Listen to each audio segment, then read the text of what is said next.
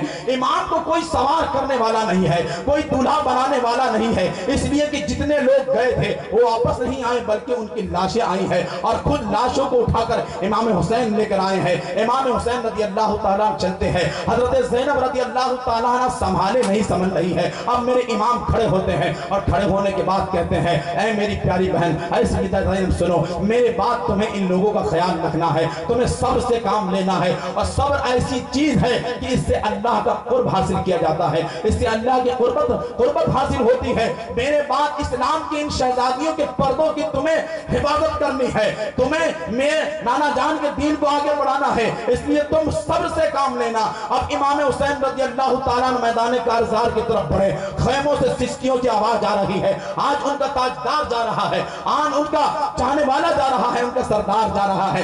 خیموں کی طرف جب آتے ہیں تو یزیدی لشکر دیکھ کر کہتے ہیں، یہ کون زیوکار ہے، بلا کا شہسوار ہے، یہ کون زیوکار ہے، بلا کا شہسوار ہے، لباس ہے پھٹا ہوا، غبار سے اٹا ہوا، تمام جسم ناظرین چھدا ہوا کٹا ہوا، یہ نبی کا نور عین ہے، یہ بالیقین حسین ہے، یہ نبی کا نور عین ہے، یہ بالیقین حسین ہے۔ اب وہ چاند بادلوں میں کھر جاتا ہے، شامی غنڈے تلوار کی ضرب لگاتے ہیں، نیزوں سے وار کرتے ہیں، تیروں کی بچھار کرتے ہیں۔ ابن کثیر وغیرہ کے حوالے سے راوی نے لکھا ہے کہ جب امام حسین رضی اللہ تعالیٰ عنہ کے پہرانے مبارک کو بعد میں اتارا گیا تو 122 تیر کے سوراخیں موجود تھی، 122 تیر کے سوراخیں موجود تھی پہرانے مبارکہ میں، اور 34 تلواروں کے زخم تھے اور 33 تیروں کے زخم تھے۔ امام حسین رضی اللہ تعالیٰ عنہ فرش زمین پر آتے ہیں، 3 دن کا بھوکا پیاسا امام اب میرا زمین پر آتا ہے، فرش گھوڑے کے زین سے فرش زمین پر آتا ہے۔ 71 لاشوں کا غم کلیجے پر ہے، اور پھر مخدرات اسلام کا خیال بھی دل میں لیے ہوئے ہیں۔ جب میرے امام علی مقام زمین پر گرتے ہیں تو کوئی نالا و نشیمن نہیں کرتے، نالا و شیمن نہیں کرتے، گریہ وزاری نہیں کرتے، چیخ و پکار نہیں کرتے، شکوہ و شکایت نہیں کرتے ہیں، بلکہ اللہ کے بارگاہ میں سر سجدے میں جھکاتے ہیں اور کہتے ہیں، اللہم ردن بقائکا و صبرن علی قضائکا لعمرکا سبحان ربی العالی۔ اے اللہ، میں نے اپنے گھر کو لٹا دیا، میں نے اپنے بچوں کو لٹا دیا، میں نے اپنے خاندان کو لٹا دیا، اب تیرے حضور میں سجدہ کر رہا ہوں۔ اے میرے رب، میں تیری رضا، تیری تقدیر پر راضی ہوں، تیرا حسین تیری تقدیر پر راضی ہے۔ مولا ذرا تو بتا، تو بھی راضی ہوا ہے کہ نہیں ہوا ہے؟ آواز آ رہی ہے، اس پیاسے پر علی شیر خدا کو ناز ہے، اس پیاسے پر علی شیر خدا کو ناز ہے، اس نواسے پر محمد مصطفیٰ کو ناز ہے۔ اوروں نے بھی سجدے کیے، اس کا عجب انداز ہے، اس نے وہ سجدہ کیا جس پہ خدا کو ناز ہے۔ میرے امام اب کہتے ہیں، اور پھر آپ کے سر کو تن سے جدا کر دیا جاتا ہے۔ امام کا سر قاتل نے اس وقت کاٹا جب آپ کا سر سجدے میں تھا۔ یزیدی لشکر میں غوغا مچ گیا، کوہرام مچ گیا کہ ہم جیت گئے، ابن علی کے سر کو کاٹ دیا گیا، امام حسین رضی اللہ تعالیٰ عنہ کے سر کو کاٹ کر نیزے پہ چڑھایا گیا۔ یزیدی لشکر سے آواز آئی، یہ کون سر ہے، یہ کون ہے جس کا سر کٹنے کے بعد بھی بلند ہے، جس کا سر کٹنے کے بعد بھی بلند ہے؟ تو امام جب سجدے میں گرے ہیں، امام کا سر سجدے میں کٹا ہے، اپنے رب کے حضور کٹا ہے، عبادت کرتے ہوئے کٹا ہے۔ اللہ اللہ، تو امام نے یہ پیغام دیا، عدوت سر پہ یہ تیغ تولے حسین سجدے میں گر کے بولے، عدوت سر پہ یہ تیغ تولے حسین سجدے میں گر کے بولے،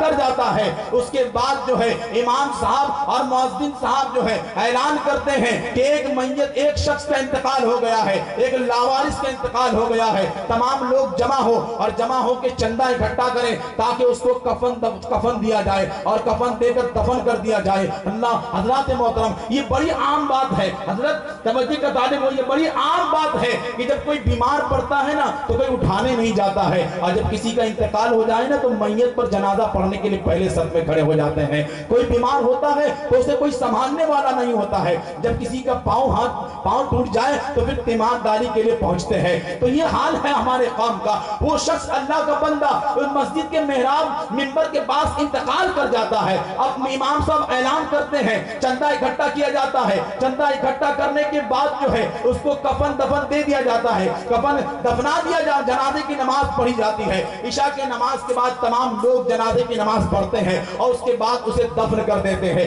لیکن کیا معاملہ ہوا کہ اچانک امام صاحب اور مؤذن صاحب جب صبح فجر کی نماز کے لیے مسجد میں حاضر ہوتے ہیں تو اللہ کیا دیکھتے ہیں، وہ کفن جو لوگوں نے چندہ کر کے اس شخص کو پہنایا تھا وہ کفن مسجد میں پڑا ہوا ہے، وہ کپڑا پڑا ہوا ہے۔ اب امام صاحب کی چیخیں نکل جاتی ہے، مؤذن صاحب کی بھی چیخیں نکل جاتی ہے، تمام لوگ جاگ جاتے ہیں، دوڑ کر آتے ہیں اور کہتے ہیں ارے کیا ہوا امام صاحب، کیا معاملہ ہو گیا ہے، کیوں اتنا چیخ رہے ہیں اور یہ درد بھری آواز میں کیوں آپ چلا رہے ہیں؟ کہا ذرا دیکھو تو جو کفن تم نے اس شخص کو دیا تھا وہ کفن یہاں پڑا ہوا ہے اور اس پہ لکھا ہوا تھا کہ تم لوگوں نے میرے بندے کو اپنا کفن پہنایا، جب میرا بندہ تم سے کھانے کے لیے روٹی مانگ رہا تھا، جب میری طرف تمہیں بلا رہا تھا تو تم نے اس کی فکر نہیں کی، اور جب اس کا انتقال ہو گیا تو تم نے اپنے پیسے سے اس کو کفن پہنا دیا ہے۔ جاؤ، مجھے میرے بندے کو تمہارے کفن کی کوئی ضرورت نہیں ہے، میں نے اپنے بندے کو جنت کا جوڑا عطا فرما دیا۔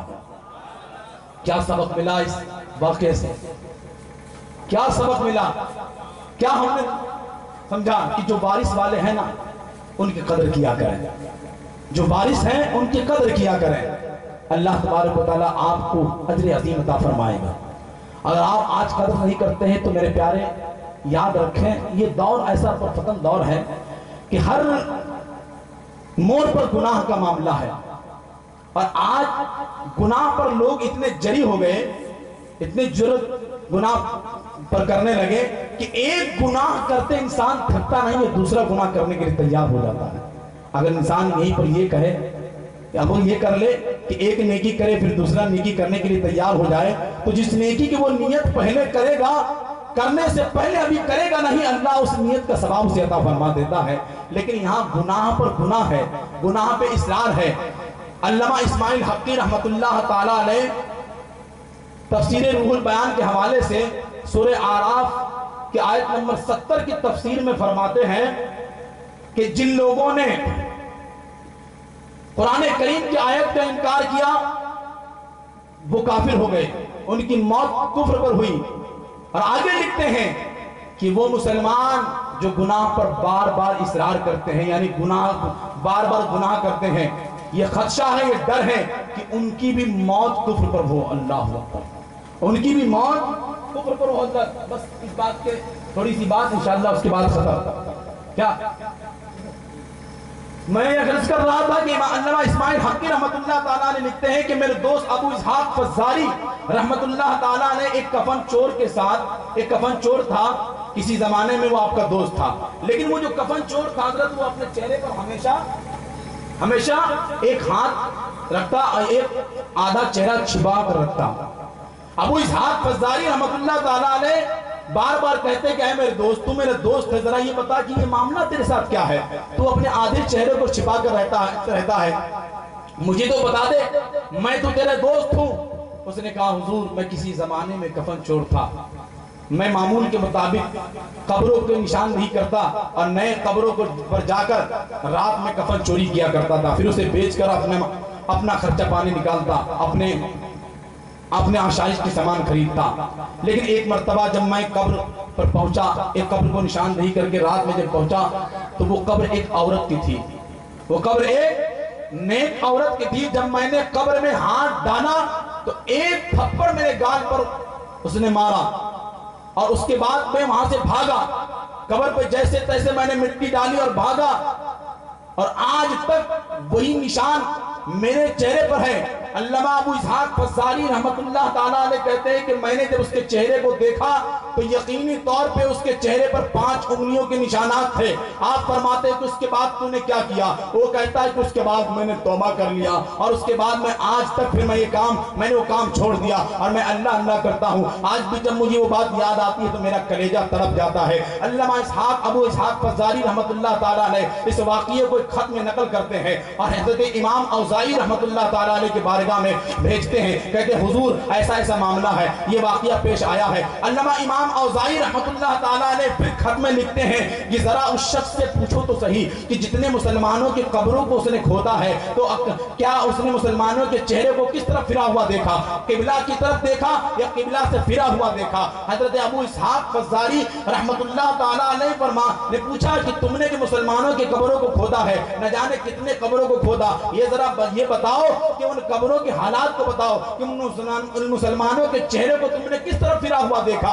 کعبہ شریف کی طرف دیکھا یہ کعبہ سے پھرا ہوا دیکھا؟ وہ کفن چور کہتا ہے کہ حضور سنیے، میں نے اکثر مسلمانوں کے چہرے کو کعبے سے پھرا ہوا دیکھا۔ اب یہ بات نقل کرتے ہیں ابو اسحاق فزاری رحمت اللہ تعالیٰ علیہ اور پھر امام اوزاعی کے بارگاہ میں لکھ کے بھیجتے ہیں۔ امام اوزاعی 3 مرتبہ انا للہ و انا الیہ راجعون کا لفظ لکھتے ہیں اور کہتے ہیں کہ جتنے مسلمان کے چہرے قبلے کی طرف سے پھرے ہوئے تھے ان تمام مسلمانوں کی موت جو ہے نا کفر پر ہوئی ہے۔